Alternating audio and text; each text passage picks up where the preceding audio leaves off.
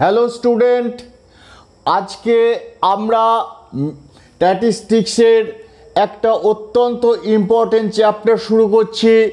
চ্যাপ্টারটার নাম measures of dispersion. এই চ্যাপ্টারটার উপর তোমরা শিওর থাকো, পরীক্ষা পারপাসে প্রশ্ন তো আসছেই। পরীক্ষা পারপাসে প্রশ্ন আসুক চাই না আসুক, এই চ্যাপ্টারটা না জানলে আমরা স্ট্যাটিস্টিক্সের পরবর্তী যে সমস্ত চ্যাপ্টারগুলো আছে তার কিছু বুঝতে পারবো না। অর্থাৎ আমাদের প্রত্যেককে নিজেদের স্বার্থে এই চ্যাপ্টারটা ভালোভাবে বুঝতে হবে। যাই হোক, আর বেশি কথা না বলে আমরা একদম চ্যাপ্টারের মেন জায়গায় ঢুকতে চাইছি। চ্যাপ্টারটার নাম measures of dispersion. Measures of ডিসপারশনকে দুভাগে ভাগ করা হয়েছে। একটার নাম অ্যাবসলিউট মেজার্স, অপরটির নাম রিলেটিভ মেজার্স। অ্যাবসলিউট মেজার্স আবার চার রকমের। একটার নাম range, quartile deviation, mean deviation and standard deviation. ঠিক একইভাবে রিলেটিভ মেজার্স, এটা আবার তিন রকমের। প্রথমটা হচ্ছে কোএফিসিয়েন্ট অফ ভ্যারিয়েন্স, নেক্সট হচ্ছে coefficient of quartile deviation and last coefficient of mean deviation. আমরা ধীরে ধীরে এগুলো প্রত্যেকটাই শিখব। দেখা যাক আমরা কতখানি কি করতে পারি, তোমরা কতখানি কি বুঝতে পারো। আমার প্রত্যেকটা কথা ইম্পর্টেন্ট এবং তোমরা আমি ধীরে ধীরে বলবো। তোমরা আমার সাথে বুঝতে না পারলে যোগাযোগ করবে। তোমরা যোগাযোগ করবে টেলিগ্রাম গ্রুপের মাধ্যমে। টেলিগ্রাম গ্রুপের লিংক ভিডিও ডেসক্রিপশান এবং চ্যানেল ডেসক্রিপশানে পেয়ে যাবে। আর মেজার্স অফ ডিসপারশন এবং অন্যান্য চ্যাপ্টারের যে সমস্ত ভিডিও আমরা আপলোড করব সেগুলো দেখতে ভুলো না। তার জন্য তোমাদেরকে অবশ্যই আমার চ্যানেলটিকে সাবস্ক্রাইব করে নোটিফিকেশান অল করে রাখতে হবে। আর আজকের ভিডিওটা, যদিও আজকে আমাদের মেজার্স অফ ডিসপারশনের ওরিয়েন্টেশন লেকচার স্টার্ট হয়েছে, শেষ পর্যন্ত একটু দেখার চেষ্টা করবে, তাহলে তোমাদের অনেকটা সহজসাধ্য লাগবে এই চ্যাপ্টারটা বুঝতে। আমরা প্রথমে অ্যাবসলিউট মেজার্স অফ ডিসপারশন করব। অ্যাবসলিউট মেজার্স অফ ডিসপারশনের প্রথম ভাগ হচ্ছে রেঞ্জ। আমি এখন রেঞ্জ সম্পর্কে তোমাদেরকে কিছু কথা বলছি। এখন রেঞ্জ সম্পর্কে তোমাদেরকে কিছু কথা বলছি। মনে করো কোনো একটা ডিস্ট্রিবিউশনের এক্স বলে একটা কলাম রয়েছে, মনে করো সেটা মার্কস। সেটার এরকম কিছু ফিগার কিছু ছেলে পেয়েছে। রেঞ্জ অত্যন্ত সহজ এবং সরল। এর মধ্যে সবথেকে মিনিমাম নাম্বার কোনটা সেটা তুমি ফার্স্ট খোঁজার চেষ্টা করো, এবং ম্যাক্সিমাম নাম্বার কোনটা সেটাকে খোঁজার চেষ্টা করো।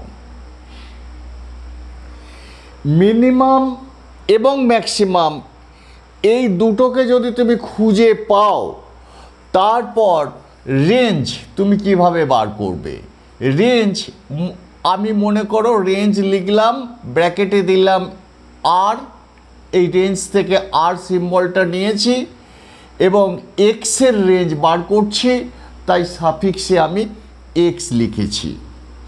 রেঞ্জ মানে আর এক্স, একদম ছোট্ট জিনিস। এটার ফর্মুলা হচ্ছে এক্স ম্যাক্স মাইনাস এক্স মিন।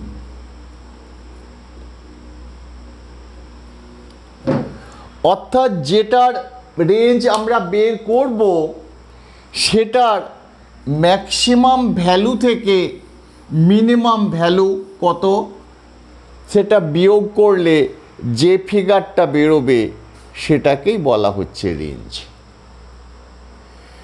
এখন রেঞ্জের ব্যাপার দেখো, রেঞ্জের যদি আমরা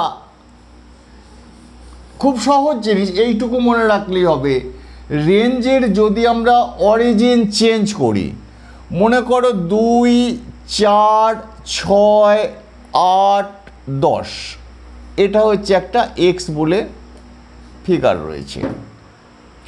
তা এই অঙ্কটার যদি তোমাকে রেঞ্জ করতে দেওয়া হয়, রেঞ্জ বের হবে খুব সহজ জিনিস, 10 - 2 = 8। এটা যদি তোমার সেন্টিমিটারে থাকে, তার মানে এর ইউনিটটাও হবে সেন্টিমিটার। রেঞ্জ হচ্ছে 8 সেন্টিমিটার। এইটুকুই কথা। এবার আমি রেঞ্জের একটা দুটো ক্রাইটেরিয়া তোমাদেরকে বলবো। ক্রাইটেরিয়াটা কি? যদি রেঞ্জের অরিজিন আমি চেঞ্জ করে দিই, মনে করো রেঞ্জটার এক্স থেকে চেঞ্জ করে আমি ওয়াই করছি। ওয়াইটা কি করে করছি? যেটা এক্স রয়েছে তার সাথে আমি 10 যোগ করছি, যোগ করে আমি নতুন ভ্যালু তৈরি করছি। অর্থাৎ এক্স থেকে অরিজিন চেঞ্জ করে ওয়াই করলাম, নতুন ভ্যালুটা হবে 12, তারপরেরটা হবে 14, তারপরেরটা হবে 16, তারপরেরটা হবে 18, তারপরেরটা হবে 20। তাহলে নতুন রেঞ্জ আর ওয়াই একই কথা, ওয়াই ম্যাক্স মাইনাস ওয়াই মিন। তার মানে আর ওয়াই সমান হবে 20 - 12, আর ওয়াই সমান হচ্ছে 8।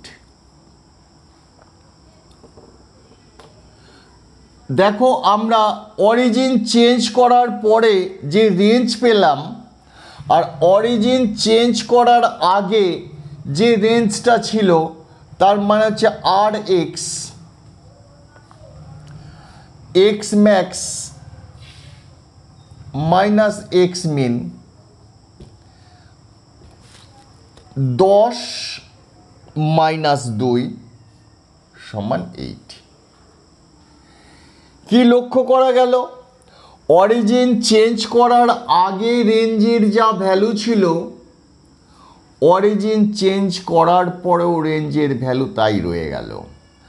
অর্থাৎ আমরা এখান থেকে এই সিদ্ধান্তে আসতে পারি, দিস ইজ দ্য ডিসিশন, যে আর এক্স সমান আর ওয়াই। এটা খুব ইম্পর্টেন্ট একটা ডিসিশন, এটা ইম্পর্টেন্ট একটা ডিসিশন। তাহলে এখান থেকে আমরা কি বলতে পারি?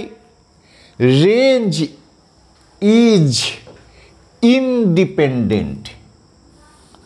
তাহলে আমরা যে ডিসিশনটা বলতে পারবো, ডিসিশনটা হচ্ছে range is independent of origin. অর্থাৎ অরিজিনটা যাই থাক না কেন, আমি সংক্ষেপে লিখে দিচ্ছি decision, decision 1 number, range is independent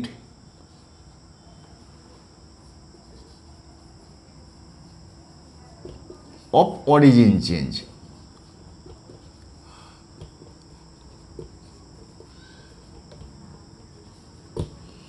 অর্থাৎ অরিজিন চেঞ্জের উপরে রেঞ্জের কোনো রকম প্রভাব পড়ে না। অরিজিনাল অঙ্কের যা রেঞ্জ, অরিজিন চেঞ্জ করলেও তার রেঞ্জ একই থাকবে। এটা হচ্ছে first criteria of range. Second criteria, range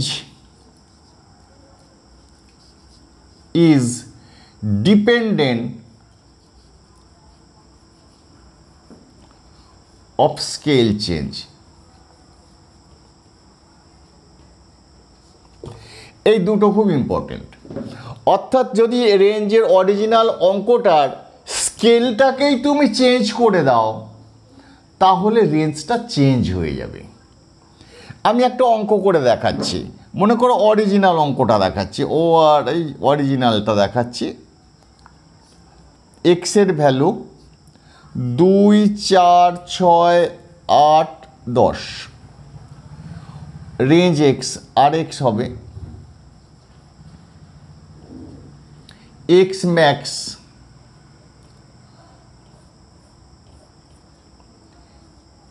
max minus X মিন, তার মানে 10 মাইনাস 2 সমান 8। এটা হচ্ছে অরিজিনালটা। আমি স্কেল চেঞ্জ করছি, ওয়াই সমান মনে করো 10x, মানে আমি 10 দিয়ে গুণ করে দিয়েছি। তার মানে প্রথম ভ্যালুটা হবে 20, তারপরেরটা হবে 40, তারপরেরটা হবে 60, নেক্সট হবে 80, নেক্সট হবে 100। তাহলে আর ওয়াই হচ্ছে ওয়াই ম্যাক্স মাইনাস ওয়াই মিন, তার মানে 100 মাইনাস 80 ইকুয়াল টু 20। এই 20টাকে আমি ব্রেক করে লিখতে পারি 100 মাইনাস 20 ইজ ইকুয়াল টু 80। 80টাকে আমি ব্রেক করে লিখতে পারি 10 ইন্টু 8, তার মানে 10 ইন্টু আর এক্স। তাহলে কি পেলাম? আর ওয়াই সমান 10 ইন্টু আর এক্স। দেখো নতুন রেঞ্জটা চেঞ্জ হয়ে গেছে। নতুন রেঞ্জটা কিভাবে চেঞ্জ হয়েছে? অরিজিনাল যে আমাদের ডাটাটা ছিল সেই প্রত্যেকটা ডাটাকে 10 দিয়ে গুণ করেছি।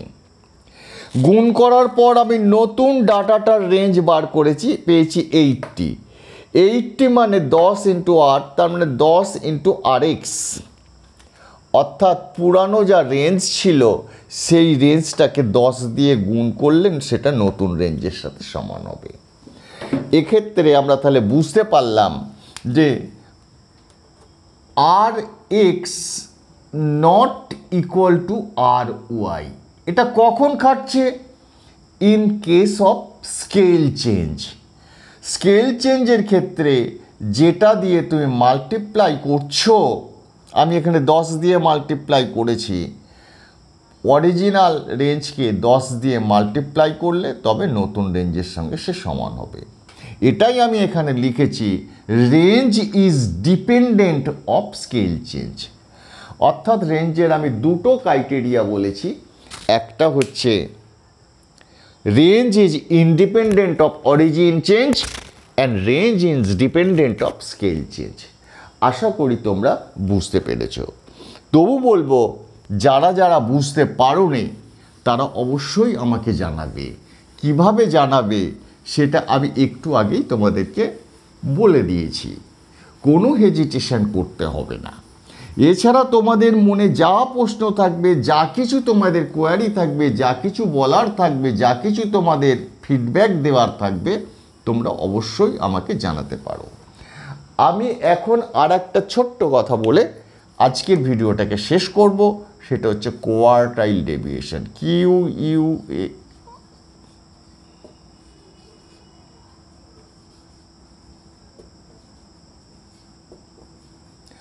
কোয়ার্টাইল ডেভিয়েশন, এই কোয়ার্টাইল ডেভিয়েশনের আর একটা নাম আছে সেমি ইন্টার কোয়ার্টাইল রেঞ্জ। আমি সংক্ষেপে লিখলাম সেমি ইন্টার কোয়ার্টাইল রেঞ্জ। আমি অ্যাব্রিভিয়েশনে QD কথাটা ইউজ করছি, মানে কোয়ার্টাইল ডেভিয়েশন। কোয়ার্টাইল ডেভিয়েশন আমরা যখন পার্টিশন পড়েছিলাম, সেখানে আমরা কোয়ার্টাইল, ডেসাইল, সেন্টাইল, পার্সেন্টাইল ইত্যাদি ভ্যারাইটিস টাইপের কথা আমরা পড়েছিলাম। এবং সেখানে আমরা বলেছিলাম কোয়ার্টাইল হচ্ছে 3 রকমের, একটা হচ্ছে Q1, একটা হচ্ছে Q2, একটা হচ্ছে Q3। এবং আরও বলেছিলাম Q3 greater than Q2, Q2 greater than Q1। অর্থাৎ এটা মিনিমাম কোয়ার্টাইল, এটা ম্যাক্সিমাম কোয়ার্টাইল। কোয়ার্টাইল ডেভিয়েশনেরও ওই রেঞ্জের মতো একই ফর্মুলা রয়েছে। তুমি ম্যাক্সিমাম কোয়ার্টাইল থেকে মিনিমাম কোয়ার্টাইল বাদ দেবে, মাইনাস করবে। দেখো, এটা আমি একটা নাম বলেছিলাম সেমি। এই সেমি কথার মানেই হচ্ছে হাফ। অর্থাৎ নাম শুনে তুমি বুঝতে পারছো এর ফর্মুলা কি উচিত। তুমি কোয়ার্টাইল কি করে বার করতে হয় বার করবে, ম্যাক্সিমাম থেকে মিনিমাম বাদ দিয়ে তাকে 2 দিয়ে ভাগ করে দেবে। এটাই হচ্ছে কোয়ার্টাইল ডেভিয়েশন। আজকে আমি তোমাদেরকে মেজার্স অফ ডিসপারশনের রেঞ্জ এবং কোয়ার্টাইল ডেভিয়েশন সম্পর্কে বললাম। আশা করি তোমরা বুঝতে পেরেছো। তবু যদি বুঝতে না, আমরা অঙ্ক তো করবই, তবু যদি তোমরা বুঝতে না পারো অবশ্যই তোমরা আমাকে জানাবে।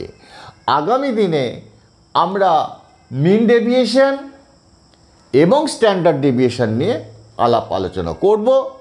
তার মধ্যে স্ট্যান্ডার্ড ডেভিয়েশনে আমি আজকেই তোমাদেরকে ডিক্লেয়ার করে দিচ্ছি, এইবারে তোমরা যারা পরীক্ষা দিতে যাচ্ছ স্ট্যান্ডার্ড ডেভিয়েশন পরীক্ষায় তোমরা পাচ্ছ এবং পাবে। সুতরাং পরবর্তী ভিডিওগুলো যাতে মিস না করো তার জন্যই অবশ্য চ্যানেলটিকে সাবস্ক্রাইব করে নোটিফিকেশন অল করে রাখবে।